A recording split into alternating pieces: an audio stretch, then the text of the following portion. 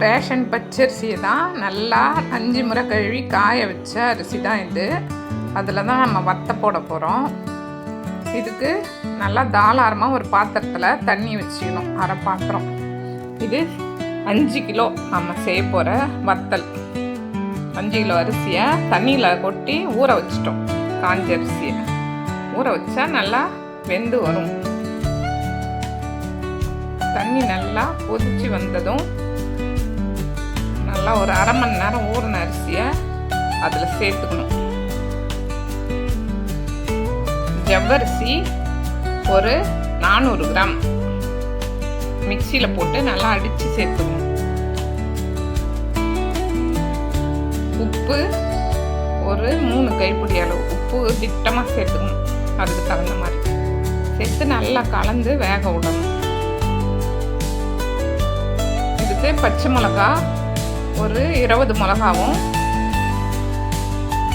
சீரகம் ஒரு 3 ஸ்பூன் சீரகம் போட்டு அரைச்சி இதில் சேர்த்துக்கணும்.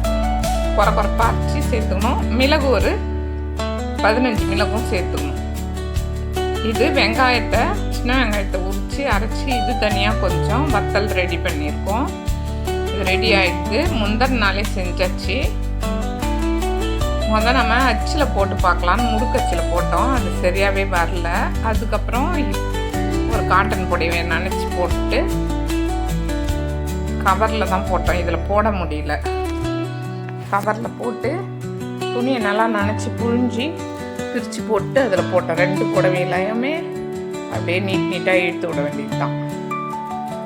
இது ஒரு நாள் காஞ்சா போதும். காஞ்சதும் மறுநாள் எடுத்து தலை கீழே கவுத்தி போட்டு கீழே பாய் போட்டு அப்படியே தண்ணியை மேலே தெளித்து விட்டோன்னா அப்படியே பிரிஞ்சு வந்துடும் வத்தல். லைட்டாக இந்த மாதிரி தெளிச்சிக்கணும், நிறைய ஊற்றக்கூடாது. தெளித்து விட்டு அப்படியே எடுத்துக்கலாம். நான் மட்டும் தனியாக தான் இந்த வத்தலை புரிஞ்சேன்.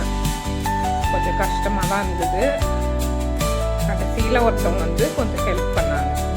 இந்த மாதிரி எடுத்து இதை ஒரு 2 நாள் வெயிலில் காய வச்சு இந்த மாதிரி இதை நம்ம பொரிச்சிக்கலாம்.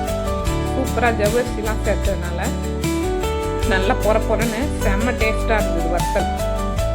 ஏன்னா நல்லா காஞ்சதும் கொஞ்சமாக போட்டு பொரிச்சு எடுத்துக்கலாம். செம்ம டேஸ்ட்டாக இருந்தது. நீங்களும் இந்த வெயில் காலத்தில் போட்டு பாருங்கள்.